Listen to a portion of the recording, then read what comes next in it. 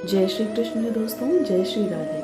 दोस्तों, अक्सर अज्ञानी लोग भगवान कृष्ण पर सवाल करते हैं कि जो व्यक्ति भला माखन चुरा कर खाता हो, जो व्यक्ति गोपियों के वस्त्र चुराता हो, वह भगवान कैसे हो सकता है। तो दोस्तों, सर्वप्रथम तो भगवान जो लीलाएं करते थे वह कोई साधारण व्यक्ति तो क्या, बड़े से बड़ा योगी, बड़े से बड़ा महात्मा कर ही नहीं सकता। भगवान ने मात्र 7 वर्ष की उम्र में वाम हस्त की छोटी उंगली के नख पर गोवर्धन पर्वत को धारण किया था।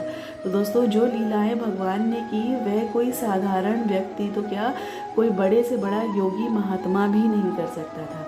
अब दोस्तों, बात आती है कि भगवान ने गोपियों के वस्त्र क्यों चुराए। तो दोस्तों, भगवान ने गोपियों के जो वस्त्र चुराए थे उसके पीछे बहुत बड़ा कारण था।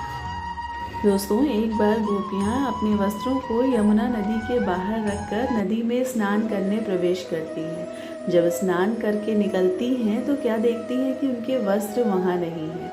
इधर उधर ढूंढने पर देखती हैं कि एक पेड़ की डाल पर भगवान कृष्ण उनके वस्त्रों को रख कर बैठे हुए हैं। वस्त्र पेड़ की डाल पर टंगे हुए हैं और बगल में भगवान कृष्ण बैठे हैं। गोपियाँ अपने वस्त्रों को भगवान से मांगती हैं। भगवान कहते हैं कि वह जल के बाहर आएं और आकर अपने वस्त्र ले लें। गोपियाँ कहती हैं कि वह जल के बाहर नहीं आ सकती क्योंकि वह निर्वस्त्र है। भगवान कहते हैं जिस प्रकार वह जल के अंदर गई थी उसी प्रकार जल के बाहर निकल आए। गोपियाँ कहती हैं कि जब वह जल के अंदर गई थी तब उनके आसपास कोई नहीं था, इसलिए वह निर्वस्त्र होकर गई थी। तब भगवान उन्हें बताते हैं कि उनके आसपास कोई नहीं था, यह गलत है। उन्हें जल में जाते हुए, आसमान में उड़ते हुए पक्षियों ने देखा, उनको उनके पूर्वजों ने देखा, उनको जल में मौजूद वरुण देव ने देखा। दोस्तों, पुराणों में वर्णन है कि जब आप नहाते हैं तो आपके पूर्वज आपके आसपास होते हैं, और जब आप निर्वस्त्र होकर नहाते हैं तो आपके पूर्वज आपसे प्रसन्न नहीं होते और ऐसा व्यक्ति कभी सुखी नहीं होता। आपको हमेशा कोई वस्त्र धारण करके नहाना चाहिए और आपके पूर्वजों की प्यास उस वस्त्र से गिर रहे पानी से बुझती है। इसलिए दोस्तों, पुराणों में वर्णन है कि आप जब नहाएं तो कोई ना कोई वस्त्र धारण करके नहाएं जिससे कि आपके पूर्वजों की प्यास बुझे।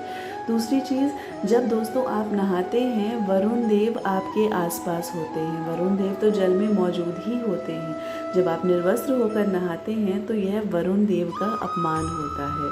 और दोस्तों, इसलिए भगवान ने गोपियों के वस्त्र चुराए। इसके बाद दोस्तों, जो दूसरा कारण बताया जाता है वह यह है कि भगवान ने इन गोपियों के वस्त्र इसलिए चुराए, इनकी अविद्या को दूर करें।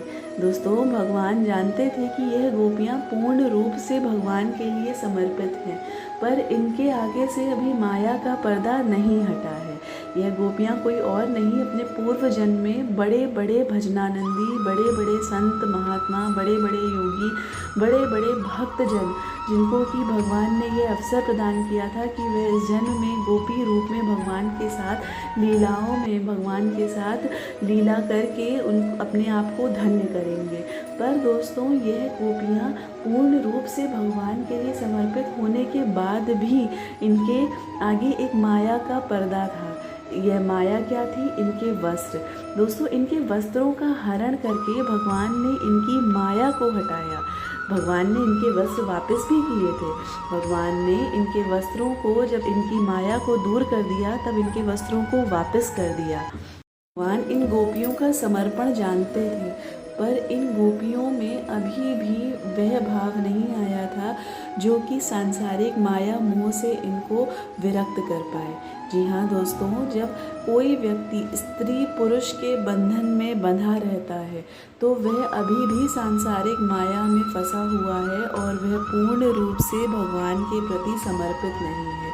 दोस्तों, भगवान ने इनका आंतरिक और बाहरिक दोनों समर्पण करवाने के लिए, इनको सांसारिक माया मोह से मुक्त करने के लिए इनका ये वस्त्र रूपी अविद्या का पर्दा हटाया।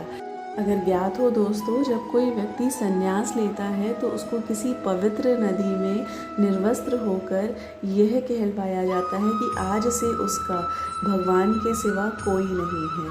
तो दोस्तों, इसी प्रकार भगवान ने गोपियों को भी यह एहसास कराया कि उनका ईश्वर के प्रति यदि समर्पण है तो उनका ईश्वर के सिवा कोई नहीं है। और यह समर्पण, इस समर्पण को बाहरिक और आंतरिक रूप से स्पष्ट करने के लिए भगवान ने वस्त्र हरण लीला करी थी। गोपियों के वस्त्र चुराए, जिनको कि भगवान ने बाद में वापस भी किया था। दोस्तों, यह था वस्त्र हरण का रहस्य। अगर वीडियो पसंद आया हो तो लाइक शेयर सब्सक्राइब ज़रूर कीजिएगा। जय श्री कृष्ण।